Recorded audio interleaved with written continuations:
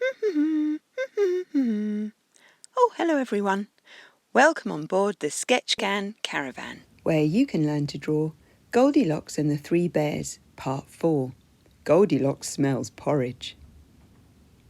Once upon a time there were 3 bears.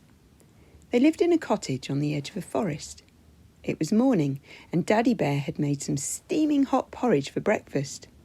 While they waited for it to cool down enough to eat, they went out into the woods to look for nuts and berries to put on top. Meanwhile, not far from the bear's cottage, a little girl named Goldilocks was on her way to school.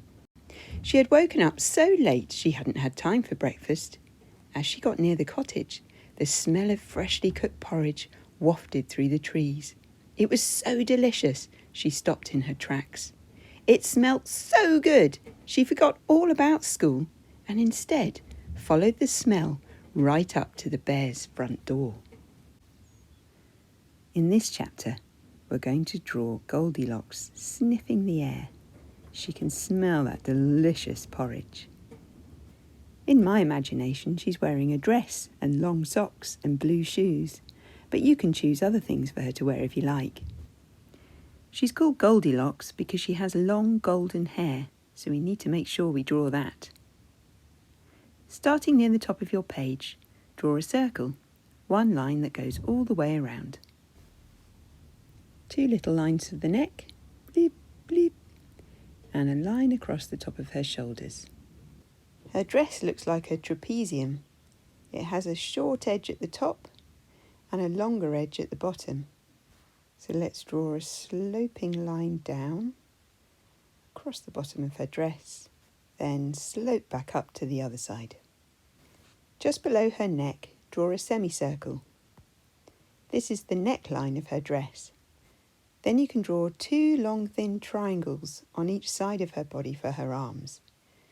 Start on the corner of her shoulders, slope down and out, across the bottom of her sleeve, until you reach the side of her dress. You can add a semicircle on the bottom for her hand. Do the same on the other side. Slope out, in, and draw a semicircle. You'll need 2 standing up rectangles for her legs. Draw down, across the bottom, and back up. Down the long side, across the short side, and back up. You can add some lines about halfway up for her socks, and some lying down ovals on the bottom for her shoes. You can make her golden hair short or medium length or really long. It could be straight, it could be flicky at the bottom. You can decide.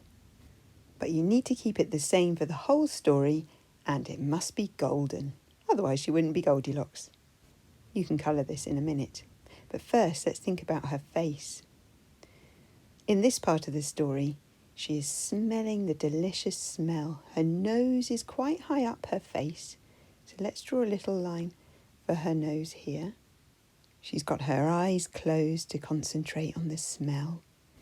To show that, we can use short lines instead of dots. And if we draw them quite near the top of her face, it looks like she's got her head tilted back to smell the porridge. And you can give her a smiley mouth because it smells so good. Now you can decide what colour clothes she'll have.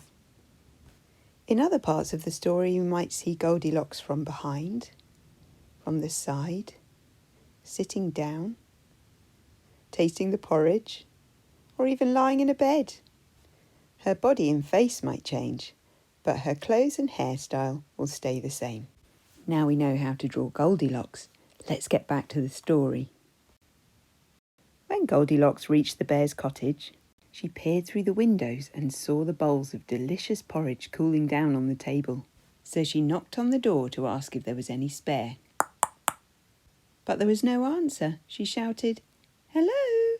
There didn't seem to be anybody at home, but the door was open. So she went inside to take a look around.